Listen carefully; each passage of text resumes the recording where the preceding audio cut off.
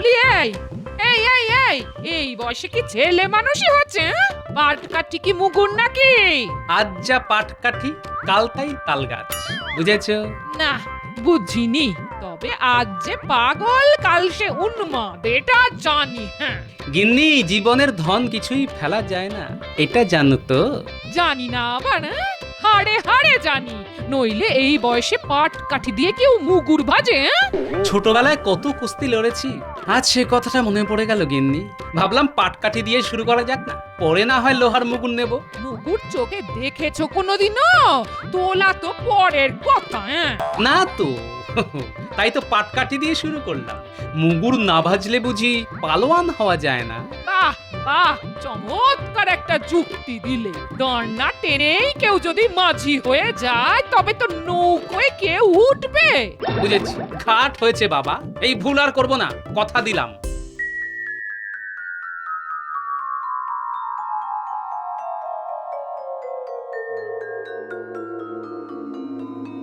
মন্ত্রী, একটা জরুরি কাজে কাউকে কয়েকদিনের মধ্যেই বর্ধমান যেতে হবে। সেখানকার মহারাজকে একটা খুব গোপনীয় পত্র পৌঁছে দিতে হবে। তা মন্ত্রী, বলো তো, এই কাজের দায়িত্ব কাকে দেওয়াটা ঠিক হবে? আমার মনে হয় মহারাজ, মন্ত্রী এই কাজের জন্য সবচাইতে নির্ভরযোগ্য ব্যক্তি, তাকেই এই কাজে পাঠানো হোক। গোপাল, এটাই তোমার দোষ। মহারাজ কাকে পাঠাবেন তা ঠিক করবে হয় তিনি, না হয় আমি। তুমি মাঝখান থেকে ফোন কাটছো কেন?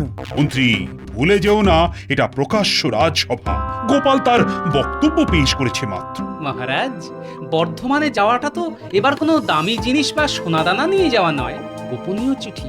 তাই এই নিরীহ কাজের উপযুক্ত লোক মন্ত্রী নিজেই। এই কাজের জন্য যাতে আপনি মন্ত্রীকে নির্বাচন করেন, আমি সেই কথাটাই মহারাজকে বলেছি। এবার মন্ত্রী বলুক, আমি কি খুব খারাপ কথা বলেছি মহারাজ? শুধু খারাপ কথাই নয়, অত্যন্ত কুরুচির পরিচয় দিয়েছো গোপাল। সোনাদানা যদি যেতই, তবে কি সেটা নিয়ে যাওয়ার জন্য আমি উপযুক্ত নই? গোপাল কি বোঝাতে চেয়েছে সেটা বোঝার মতো বুদ্ধি আমার আছে। এই দেখুন, একটা সহজ কথা কিভাবে মন্ত্রী একেবারে উল্টো দিকে ঘুরিয়ে দিল। আমি বলতে চেয়েছিলাম, সোনা দানা নিয়ে গেলে রাস্তায় চোর ডাকাতের ভয় থাকে, এমনকি প্রাণের মায়াও মাঝে মাঝে ত্যাগ করতে হয়। কিন্তু একটা চিঠি নিয়ে গেলে তার কি কোনো মূল্য ডাকাতদের কাছে আছে মহারাজ? কিন্তু এই সাধারণ কথাটাই মন্ত্রী তার অসাধারণ বাগ্মিতায় ঠিক উল্টো পথে চালিত করলো। মহারাজ, এ ব্যাপারে আমার আর কিচ্ছু বলার নেই, এই আমি চুপ করলাম। আপনি যে সিদ্ধান্তই নেবেন আমি মাথা পেতে নেব মহারাজ। তাহলে আমিই বলি, কে যাবে? গোপাল ঠিক কথাই বলেছে, এটি রাজকার্যের মধ্যেই পড়ে। তাই মন্ত্রীকেই আমি নির্বাচিত করছি এই কাজের জন্য। কি মন্ত্রী, রাজি তো? আমি আর কি বলবো মহারাজ, গোপালই তো আমার হয়ে সব বলে দিয়েছে। সহজ করে কথা বলেন না কেন? আপনি যাবেন কি যাবেন না সেটা মহারাজকে স্পষ্ট করে বলে দিন না। আগে গোপাল যখন চাইছে তখন আমিই যাব। মহারাজ, আপনিও সেটাই চাইছেন, তাই আমার কাজ আমাকে বুঝিয়ে দিন, আমি যাওয়ার জন্য প্রস্তুত। উত্তম উত্তম, তাহলে যাওয়ার জন্য তৈরি হও, এবং সেটা যত তাড়াতাড়ি সম্ভব।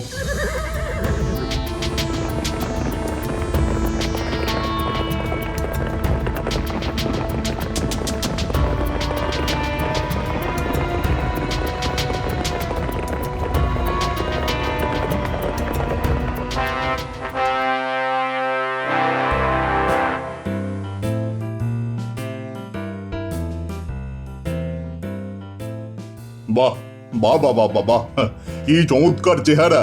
তোমরা সবাই দেখো, হ্যাঁ দেখো, এই না হলে পালোয়ান। খুব খুশি হলাম তোমার খেলা দেখে, খুব খুশি। মহারাজকে খুশি করতে পেরে আমার জীবন ধন্য হয়ে গেল। তা তুমি তো কুস্তি করো।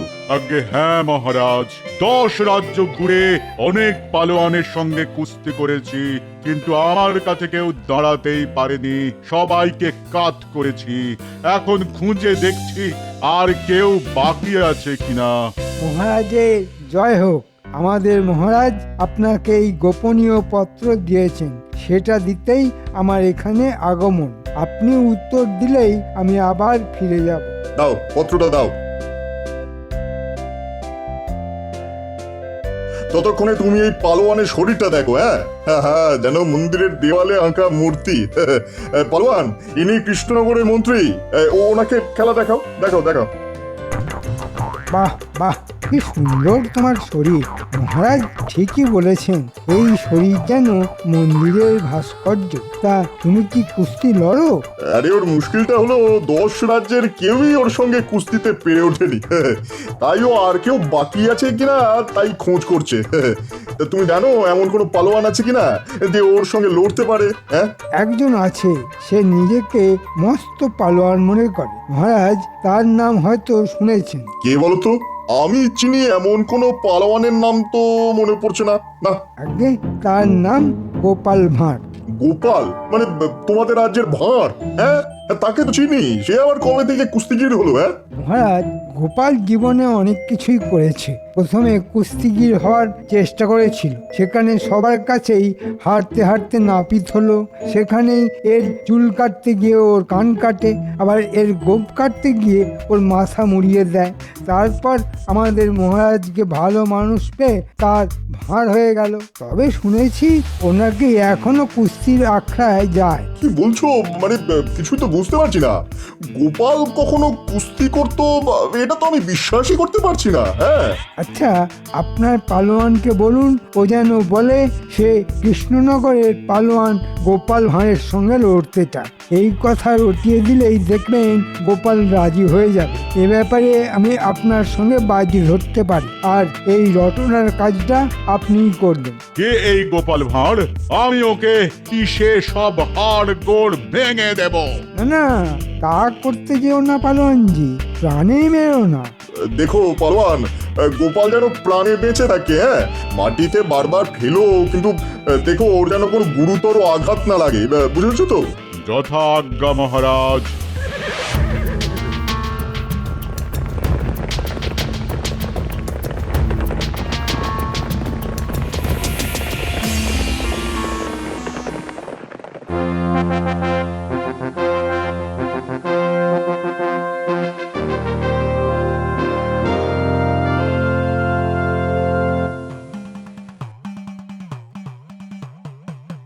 মন্ত্রী, এই কাকে নিয়ে এসেছো? এরকম চেহারা তো সচরাচর দেখা যায় না। এ কি পালোয়ান? কুস্তি করে? আগে হ্যাঁ মহারাজ, এর শরীরের পেশি দেখলে মন ভালো হয়ে যাবে, দেখবেন নাকি? নিশ্চয়ই মন্ত্রী, দেখব। পালোয়ান, দেখাও তো তোমার এই সুগঠিত পেশির খেলা। এই দেখুন আমার শরীর কেমন কথা বলে। বাহ বাহ বাহ বাহ, এ কি শরীর নাকি পাহাড়! আহাহাহা, সবার শরীর যদি এমনটা হতো। মহারাজ, আপনি প্রীত হয়েছেন শুনে আমি ধন্য হয়ে গেলাম। তা তোমার এখানে আগমনের কারণ? মহারাজ, 10 রাজ্য ঘুরে এমন কোন পালোয়ান পেলাম না যে আমার সঙ্গে কুস্তিতে জয়লাভ করেছে, তাই এখানে এলাম। এখানে কেন? মানে সেরকম পালোয়ান এখানে আছে বলে তো শুনিনি যে তোমার মতো ভীমের সঙ্গে লড়াই করতে চায়। মহারাজ, শুনেছি আপনার সভায় গোপাল ভাঁড় বলে একজন পালোয়ান আছে। আমি তার সঙ্গে লড়তে এসেছি। তাকে হারাতে পারলে কোনো রাজ্যেই আমার আর কোনো প্রতিদ্বন্দ্বী থাকবে না। হ্যাঁ, কি কি কি বললে তুমি? গোপাল ভাঁড় সে লড়বে তোমার সঙ্গে কুস্তি? এই বুদ্ধি তোমাকে কে দিয়েছে? নিশ্চয়ই আমার মন্ত্রী। মহারাজ, এমন কাজ আমি করতে পারি? গোপাল আমার কতদিনের সহকর্মী, তার কোনো ক্ষতি হোক সেটা আমি চাইবো? এটা হতে পারে? পালোয়ান, কে তোমাকে গোপালের নাম বলেছে? সে যে পালোয়ান সেটাই বা তোমাকে কে বলল? বর্ধমানে সবাই মহারাজ, ওরা বলল গোপাল মস্ত পালোয়ান। ওকে যদি তুমি পরাজিত করতে পারো তবেই বুঝবো তুমি সর্বশ্রেষ্ঠ কুস্তিগীর। মহারাজ, এই কথাটা পালোয়ান যে ভুল কিছু বলেনি। আজ পর্যন্ত আমাকে কেউ হারাতে পারেনি। আর পালোয়ান যখন চাইছে, হয়তো অনেকেই তাই চেয়েছে, তাই আমি রাজি মহারাজ। কি বলছো তুমি গোপাল? এই ভীমের মতো পালোয়ানের সঙ্গে তুমি লড়াইটা করবে আর তোমার মৃত্যুর জন্য দায়ী হয়ে থাকবো আমি? না না না না, সেটা হতে পারে কখনো? মহারাজ, এই লড়াইয়ের সঙ্গে আমাদের রাজ্যের সম্মান জড়িয়ে আছে। গোপাল যদি পরাজয়ের কথা চিন্তা করে পিছিয়ে যায় তবে তা খুবই অসম্মানের হবে। আমার মনে হয় গোপালের রাজি হয়ে যাওয়া উচিত। তুমি তো বলেই খালাস, কিন্তু এই ভীম বাহাদুরের সঙ্গে কুস্তি লড়তে গিয়ে যদি গোপালের প্রাণ সংশয় হয়, তার দায়িত্বটা বা দায়টা কে নেবে? হ্যাঁ, না মহারাজ, আমি কুস্তিগীর। খুনি নই। গোপাল ভাঁড়কে শুধু দু পাক আকাশে ঘুরিয়ে আলতো করে মাটিতে শুইয়ে দেব। আমি আপনাকে কথা দিলাম। মহারাজ, এর উল্টোটাও তো হতে পারে, আপনি দুশ্চিন্তা করবেন না। দাদু, তুমি নাকি কুস্তি করবে এক পালোয়ানের সঙ্গে? তুই কি করে জানলি? আমি কেন, সারা নগর জানে। আমি তো সেখান থেকেই শুনলাম। কি বলছে রে লোকে? নিশ্চয়ই আমাকে নিয়ে হাসাহাসি করছে। তা একটু করেছো বটে, তবে সবাই চাইছে তুমি জিতে কৃষ্ণনগরের সম্মানটা রক্ষা করো। কিন্তু তুমি পারবে কি করে? ওই পালোয়ানের চেহারাটা তো পাহাড়ের মতো। ওরে, চেহারা থাকলেই কি জেতা যায়? প্রকৃতি কি মানুষকে মস্তিষ্ক দেয়নি রে? তার তবে কাজটা কি? দাদু, তুমি কিন্তু আবার লড়াই করতে যেও না। পালোয়ানকে কিন্তু সামনাসামনি পটকানো খুব সহজ হবে না। তা জানি, কিন্তু বুদ্ধিং যস্য বলং তস্য। বুদ্ধিটা একটু খাটা, ঠিক পথ পেয়ে যাবি। তুমি ভাবো আমরা কাজটা করে দেব। একটু ভেবে তারপর তোদের বলবো। আচ্ছা।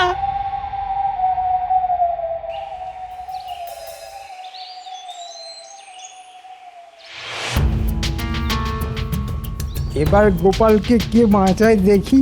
ওর হাড় বার করে পালোয়ান শাহী কাবাব বানাবে বলে শুনলাম। দারুণ খেতে হবে কিন্তু। তোরা সবাইকে বলে দিয়েছিস তো? বলবি যে গোপালই এই কুস্তিগিরকে লড়াই করতে আমন্ত্রণ করেছিল। এই কুস্তিগির 10 রাজ্যের যত পালোয়ান আছে তাদের পরাজিত করে এখানে এসেছে গোপালের সঙ্গে লড়বে বলে। সে কথা জানতে আর কারো বাকি নেই, সবাই জানে। লোকে তো বলা বলি করছে এবার গোপালের পঙ্গু হওয়ার দিন এসে গেছে। এ কথাও বলছে যে গোপাল নাকি বাকি জীবনটা বিছানাতেই কাটিয়ে দেবে। ভালোই হবে, ওর বুদ্ধি আর মহারাজের কোনো কাজে লাগবে না। বেটা লজ্জায় আর কথাই বলতে পারবে না, বোবা হয়ে যাবে। আর মহারাজকে বুদ্ধি দিয়ে আমি বড়লোক হয়ে যাব।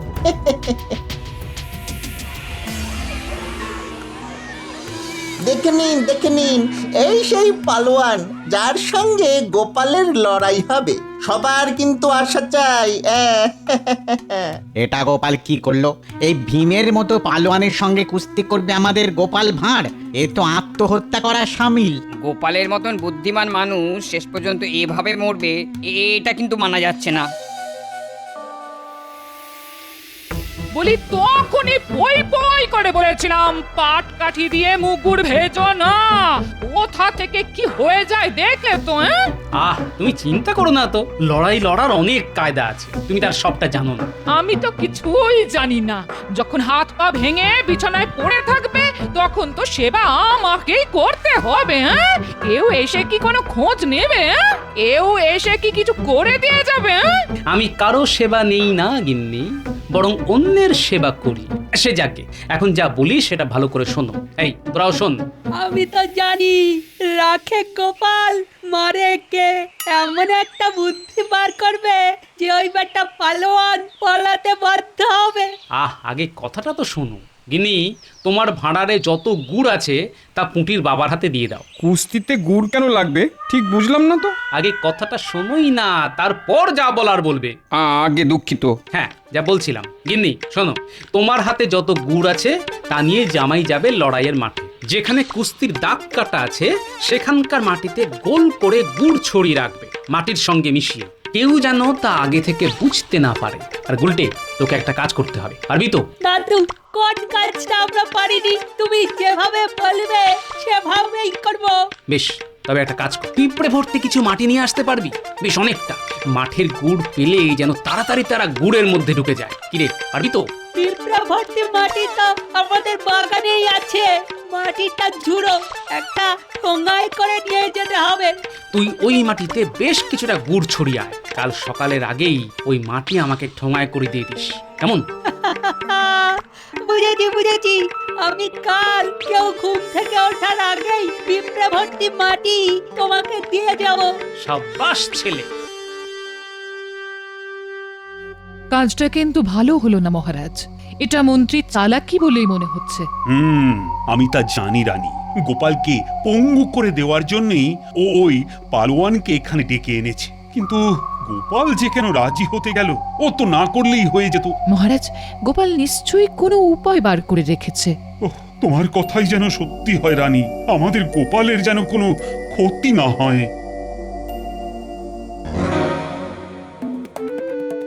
এসে গেছি, হাতে গুড় নিয়ে। ধারে কাছে কেউ নেই, এবারে গুড় ছড়িয়ে দিতে হবে।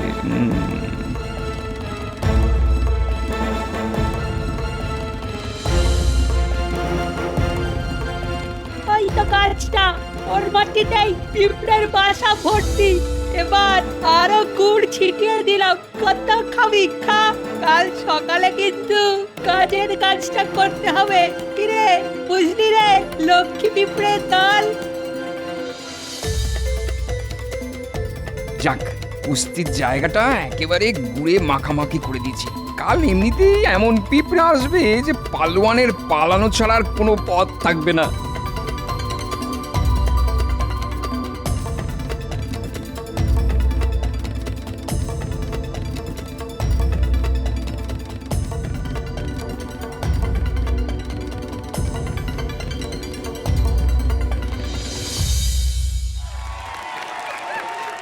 রানী, ও রানী, আমার খুব কষ্ট হচ্ছে গোপালের জন্য। আমি তো প্রার্থনা করেই যাচ্ছি যেন গোপালের জয় হয়। কি করে সম্ভব সেটাই তো বুঝতে পারছি না। তুমি বুঝেছো? না, তা বুঝিনি। তবে গোপালের মুখে কোনো ভয়ের চিহ্নই দেখতে পাচ্ছি না। তার মানে ও একটা উপায় বার করেছে। আপনি এ বিষয়ে চিন্তা করবেন না মহারাজ। আমার একদিকে আছে আমাদের গোপাল, যাকে আপনারা ভাঁড় বলেই জানেন। খুব ভালো কথা বলে। সেটা কতটা কাজের আর কতটা অকাজের সেটা নিয়ে আমি কোনো মন্তব্য করতে চাই না, অন্তত মহারাজের সামনে। উনি সবই জানেন। শুনলে রানী, গোপালকে কিরকম অপমান করছে মন্ত্রী। আমার ইচ্ছা করছে না গিয়ে ওর কানটা মুলে দিই। তা আমাদের গোপাল ভাঁড়ের খুব নামডাক, তা আপনারা সবাই জানেন। তা শুনে এই পালোয়ান সুদূর দেশ থেকে এখানে এসেছে গোপালের সঙ্গে কুস্তি লড়ার জন্য। আর হ্যাঁ, গোপাল এই পালোয়ানের সঙ্গে লড়ার ইচ্ছেতে রাজি হয়ে যায়। আজ তাই পরীক্ষা হবে। আসুন আমরা এখন এই কুস্তি দেখি। এই দেশ, এই রাজ্য আমার জন্মস্থান, তার সম্মান বজায় রাখতে আমি লড়াইতে রাজি হয়েছি। কিন্তু কুস্তি শুরুর আগে আমি দেশের মাটিতে একবার প্রণাম করতে চাই, যদি এই সুযোগ আর আমার সামনে না আসে। তাই শুনলে রানী, শুনলে গোপাল কি বলল? সত্যি ওর মতো দেশপ্রেমিক আমি কখনো দেখিনি। সাবাস, সাবাস গোপাল। মহারাজ, এক্ষুনি কুস্তি শুরু হবে। আপনি মন দিয়ে গোপালের লড়াই দেখুন। যতক্ষণ আমার ধরে প্রাণ আছে ততক্ষণ এই মাটির অসম্মান আমি হতে দেব না। এটা আমার প্রতিজ্ঞা। কারোর সাধ্য নেই এই কাজ থেকে আমায় বিরত করতে পারে। দেশের ভূমি প্রণাম আমার হয়ে গেছে, এবার আমি লড়াইয়ের জন্য প্রস্তুত।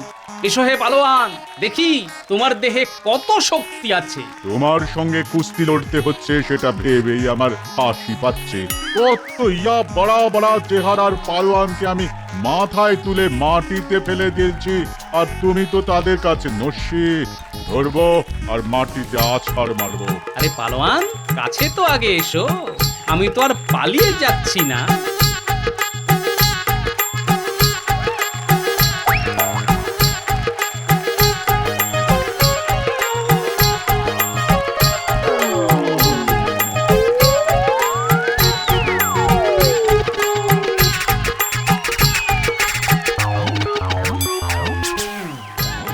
মরে গেলাম, মরে গেলাম, বাপরে বাপরে, এত পিঁপড়ে করতে গেল।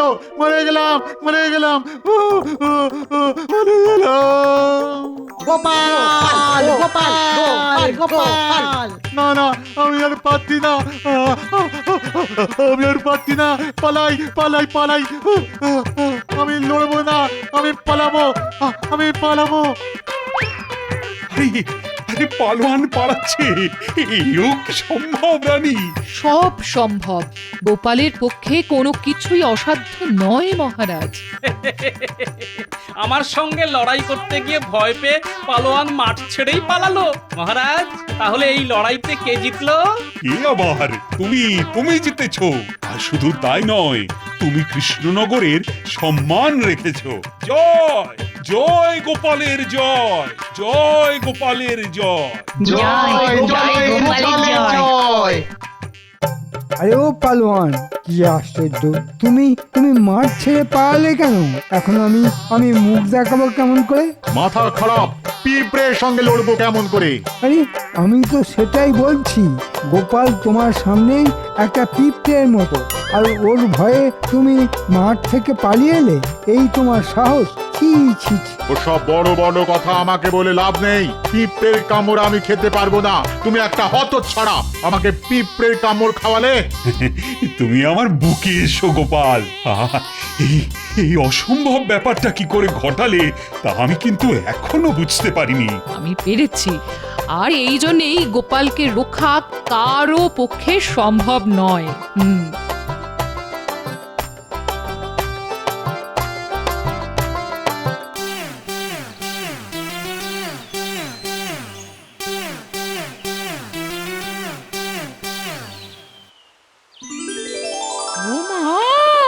তুমি হেঁটে হেঁটে বাড়ি ফিরছো? হ্যাঁ, আমি তো মাছগুলো সব ফেলে দিয়েছি। হ্যাঁ, এখন যাচ্ছিলাম সাদা থান কাপড় কিনতে। হ্যাঁ, আচ্ছা, আমার পাটকাঠি দুটো কোথায় গেল বলো তো? এখানেই তো রেখেছিলাম।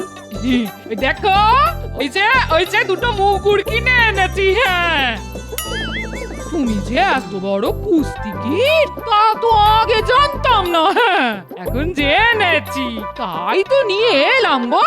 এই মুকুর দুটো তোমায় আমি উপহার দিলাম।